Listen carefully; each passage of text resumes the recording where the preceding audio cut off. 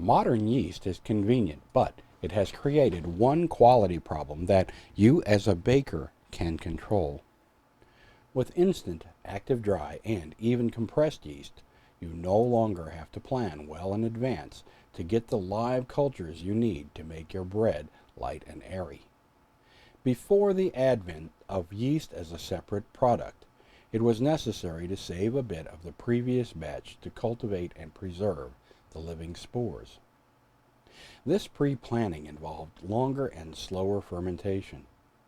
The slower fermentation allowed more complex flavors to develop. Fortunately, you can still go slow. You do this by intentionally retarding the growth of the yeast with either refrigeration or by adding smaller initial amounts of yeast. With pouliche, we use both a very small amount of yeast and refrigeration to slow things down. Some bakers may refer to the pre-fermented substance we know as pouliche as a sponge, but typically a sponge-based recipe will not call for a reduced amount of yeast or aging the step in the refrigerator. There are three stages at which you might consider retarding the growth of the yeast. The first is the pre-ferment stage.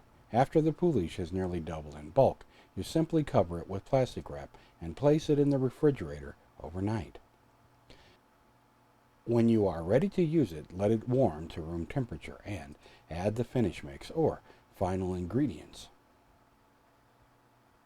The next opportunity is after you have added the finish mix or final ingredients and kneaded the dough. After a brief rest on the counter, you can place the dough in an oiled bowl, spray it with cooking spray, cover it with plastic wrap, and place it back into the refrigerator. Some shaping operations are actually easier the next day with slightly chilled dough. The last opportunity is after shaping.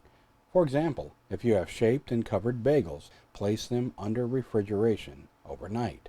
The next morning, let the dough warm and proof to its ideal inflation before further processing.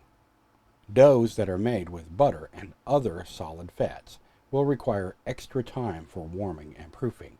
Experimentation is the key to figuring out your ideal process and your best tasting baked goods.